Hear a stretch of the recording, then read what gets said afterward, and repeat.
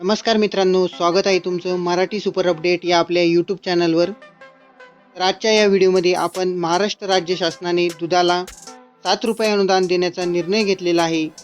तसेच दुधाला जो हमीभाव फिक्स केला आहे त्याची संपूर्ण माहिती घेणार आहोत। तर व्हिडिओ नक्की शेवटपर्यंत बघा। चॅनलवर नवीन असाल तर चॅनलला सबस्क्राईब करा। तर चला तर मग सुरू करूया। तर बघू शकता मित्रांनो, राज्यातील सहकारी दूध संघ व खाजगी दूध प्रकल्प यांना दूध पुरवठा करणारे आपल्या शेतकरी मित्रांना दुधासाठी प्रति लिटर 7 रुपये अनुदान देण्याबाबतचा हा GR आहे। तर बघू शकता, कृषी पशुसंवर्धन व दुग्ध व्यवसाय विकास व मत्स्य व्यवसाय विकास विभागातर्फे या GR ला आजच दिनांक 26 सप्टेंबर 2024 रोजी मंजुरी देण्यात आलेली आहे।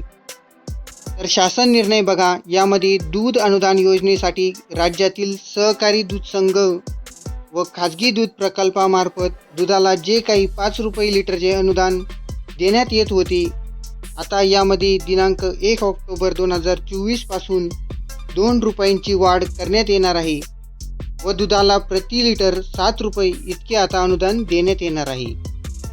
तसेच सहकारी दूध संघ व खाजगी दूध प्रकल्पांनी शेतकऱ्यांना 3.5 फॅट व 8.5 SNF साठी 28 रुपये प्रति लिटर इतका दर 1 ऑक्टोबर 2024 पासून दूध उत्पादक शेतकऱ्यांच्या वैयक्तिक बँक खात्यावर अदा करणे बंधनकारक असणार आहे। म्हणजेच तुम्हाला 28 रुपये प्रति लिटर दर देणे दूध संघांना बंधनकारक असणार आहे।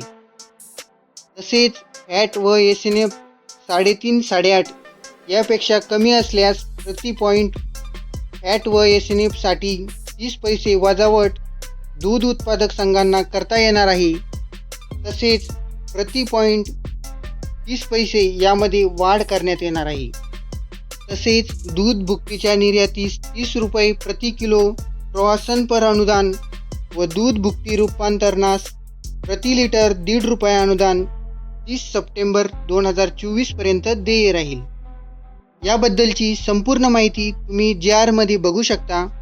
GR च्या PDF ची लिंक तुम्हाला डिस्क्रिप्शन बॉक्समध्ये दिलेली आहे, तेथून तुम्ही GR ची PDF डाउनलोड करू शकता। असा हा दूध अनुदानाबद्दलचा महत्त्वपूर्ण व्हिडिओ नक्की आपल्या मित्रांना शेअर करा व अशाच नवनवीन अपडेटसाठी आपल्या चॅनलला सबस्क्राईब करा। धन्यवाद।